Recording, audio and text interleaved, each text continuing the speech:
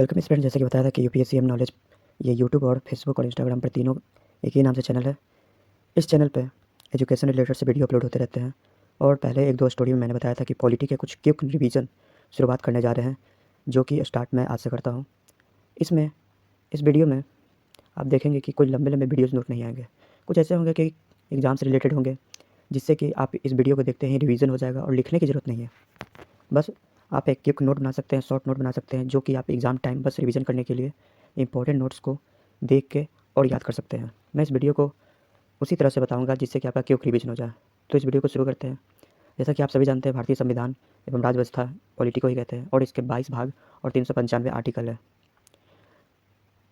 ऐसा नया नहीं है ये पॉलिटी, लेकिन इस सब्जेक्ट के बारे में जितना क्विक रिवीजन हो सके उतना ही अच्छा होता है। जैसे कि आप देख सकते हैं यहाँ 22 भाग हैं। पहला संघ और राज्य क्षेत्र, नागरिक, मौलिक अधिकार, नीति निर्देशक तत्व, ऐसे करके जो कि कुछ आर्टिकल के बीच में इसका डिस्कशन किया जाता है और ये इसके बारे में लिखा गया है। ये टोटल यहाँ पे 17 में राजभाषा, 18वां भाग मापात उपबंध, 19 में प्रकीर्णन, 20 में संविधान संशोधन। ये इंपॉर्टेंट बहुत हो जाता है क्योंकि इससे रिलेटेड एग्जाम में बहुतों क्वेश्चन देखने को मिलता है। 21वां भाग अस्थायी संक्रमणकालीन और विशेष उपबंध, 22 संक्षिप्त नाम, प्रारंभ, हिंदी में प्राकृतिक पाठ और निरसन। ये लास्ट भाग हो जाता है। और यहाँ पे मौलिक कर्तव्य देखेंगे, जिससे कि हर एक एग्जाम में इससे रिलेटेड अच्छे क्वेश्चन मार्क्स बनते हैं, जो कि बहुत ही मार्क्स गेन करने का क्वेश्चन होता है इससे। इसको अलग से हम देखेंगे अच्छे से, जिसमें कि समता या समता का अधिकार, स्वतंत्रता का अधिकार जो कि अनुच्छेद 19 से 20 में है, शोषण के विरुद्ध अधिकार, धार्मिक स्वतंत्रता का अधिकार, संस्कृति और शिक्षा संबंधी अधिकार, संवैधानिक उपचारों का अधिकार अनुच्छेद 32 में है। ये मौलिक कर्तव्य ही अपने आप में एक अच्छे से लेसन हो जाता है। सबसे पहले देखते हैं संविधान, जिसको कॉन्स्टिट्यूशन बहुत लोग बोलते हैं। तो शुरुआत करते हैं। सभी के लिए संविधान में बराबर कानून का अधिकार दिया जाता है। संविधान में 22 भाग और 395 अनुच्छेद होते हैं। ये आप सभी लोग जानते हैं, इसको याद रखना है, जानते हैं और इसको याद रखना है, क्योंकि इससे रिलेटेड ऑप्शन ईजी मिल जाते हैं, जो कि अक्सर लोग गलती करते हैं।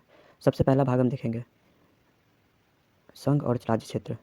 संघ और राज्य क्षेत्र, जिसका वर्णन 1 से 4 आर्टिकल के बीच में किया गया है। 1 से 4 आर्टिकल के बीच में पहला अनुच्छेद ये है। अनुच्छेद या आर्टिकल एक ही चीज़ को कहते हैं। अनुच्छेद पहला में देखेंगे भारत राज्यों का संघ, यूनियन संघ, अर्थात इसके राज्य कभी भी टुकड़े टुकड़े अलग नहीं हो सकते हैं। जैसे कि अभी 28 राज्य और 8 केंद्र शासित प्रदेश से सभी लोग अलग अलग अपने मुताबिक काम करते हैं, लेकिन उनका एक गवर्नर सेंट्रल नियुक्त करता है, जो कि सारे व्यवस्था को देखता है। ये नहीं कि खुद का एक अलग गवर्नमेंट हो जाए। ये अनुच्छेद एक बताता है। अनुच्छेद 2 में देखते हैं, संसद राष्ट्रपति को पूर्व सूचना देकर ही किसी विदेश राज्य को भारत में मिला सकता है। यानी कि अभी 28 राज्य है, अगर आसपास के क्षेत्र को अगर हम मिलाना चाहें तो सबसे पहले हमें राष्ट्रपति को सूचना देना होगा कि हम इस स्थान को भारत में मिलाना चाहते हैं। तब जाके पार्लियामेंट में उस पर चर्चा होंगी, तब जाके राष्ट्रपति उस पर अपना मोहर लगाएंगे। उसके बाद ही अनुच्छेद 2 में के तहत उसको भारत में विलय किया जा सकता है। एग्जाम्पल के तौर पर लिया जाए तो 16 मई 1975 को सिक्किम को भारत में विलय किया गया था। ये इंपॉर्टेंट क्वेश्चन बन जाता है कि सबसे पहले का एग्जाम्पल ले सकते हैं कि सिक्किम को 16 मई 1975 में भारत में विलय किया गया था। इससे क्वेश्चन बन सकता है। और हम तीसरी बात किया जाए, तीसरे अनुच्छेद को देखें तो संसद राष्ट्रपति को पूर्व सूचना देकर वर्तमान किसी भी राज्य के नाम तथा सीमा को बदल सकते हैं। ये नहीं कि अपने खुद ही बिहार के हो गए, उड़ीसा के, दिल्ली के, अपने किसी क्षेत्र को कम यहाँ सकते हैं, ऐसा पॉसिबल नहीं है। अगर करना है तो सबसे पहले राष्ट्रपति को संसद में इसकी चर्चा होगी। उसके बाद राष्ट्रपति को ये सारे अमेंडमेंट जिसको बोलते हैं वो जाएगा। उसके बाद वो अपना साइन करेंगे, यानी कि सारे ये प्रोसीजर के बाद ही हो सकता है। जैसे कि एग्जाम्पल 2000 में बिहार से झारखंड अलग हुआ था और उड़ीसा से उड़ीसा, यानी उड़ीसा से बिहार, बिहार से झारखंड, ऐसे करके एक प्रोसीजर था जो कि टाइम टू टाइम चेंज हुआ था। अनुच्छेद 4 में देखते हैं कि अनुच्छेद 2 और 3 में किया गया संशोधन, यानी कि ये बता रहा है कि अनुच्छेद 2 और 3 में किया गया संशोधन अनुच्छेद 368, यानी कि अनुच्छेद 4 है, वैसे अनुच्छेद 68 के बाहर रखा गया। अनुच्छेद 68 एक ऐसा अनुच्छेद है जो कि थोड़ा कॉम्प्लिकेटेड पॉलिटी के सब्जेक्ट में माना जाता है, बहुत पेचीदा कहा जाता है, लेकिन हार्ड भी नहीं है, समझा जाता है, आराम से समझा जा सकता है।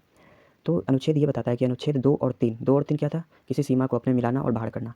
ये इंपॉर्टेंट है कि आपको हर एक अनुच्छेद का रिवीजन जरूर करना है, जिससे कि आप भूले नहीं उसको। तो अनुच्छेद 4 ये बताता है कि अनुच्छेद 2 और 3 में किया गया संशोधन अनुच्छेद 368 के बाहर रखा गया। अर्थात इस संशोधन को राष्ट्रपति नहीं रोक सकते हैं। यानी कि अगर जो संशोधन कर दिया है 2 और 3 में, तो वो हो गया, यानी कि कंप्लीट हो चुका है, उसको बाद अब नहीं रोक सकते। यानी कि पार्लियामेंट से अगर पास हो गया तो ऑटोमेटिक राष्ट्रपति को उस पर मुहर लगाना ही पड़ेगा। बहुत सारे केस में राष्ट्रपति डिक्लाइन कर देते हैं, लेकिन इस अनुच्छेद को नहीं कर सकते हैं। 2 और 3 जितने भी आर्टिकल में अमेंडमेंट के होकर जो स्टेट या मिलते हैं भारत में या बाहर होते हैं, उस पर राष्ट्रपति रोक नहीं सकते हैं। ये अनुच्छेद 4 के थे। तो ये संविधान के स्टार्टिंग के भाग बन के भाग बन के इंपॉर्टेंट ये थे जो कि इससे रिलेटेड क्वेश्चन भी बनते हैं। ये पहला वीडियो है पॉलिटी का, इससे रिलेटेड और भी हर एक हम पार्ट को जानेंगे। टोटल 22 पार्ट है, टोटल 22 पार्ट और 395 आर्टिकल। हर एक पार्ट को बेसिक से जानकारी से जानेंगे और कोशिश करेंगे उसको कि हम याद कर लें। वीडियो देखते के साथ ही कोशिश करें कि याद कर लें, कॉपी पेन के साथ इंपॉर्टेंट पॉइंट को अपने नोट करते जाएँ।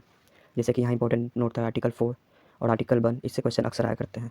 तो थैंक यू एस्पिरेंट। अगर इस वीडियो को आपको थोड़ा सा भी यूज़फुल लगा तो शेयर ज़रूर करें और हाँ, कमेंट ज़रूर करें और किस सब्जेक्ट के बारे में आपको वीडियो चाहिए और सजेशन कुछ हो तो वो भी आप दे सकते हैं। बाकी वीडियो को लाइक करें और चैनल को सब्सक्राइब करें और फेसबुक पर देख रहे हैं तो फॉलो ज़रूर करें, जिससे कि आने वाले वीडियो में आपको और भी अच्छी वीडियो मिल सके।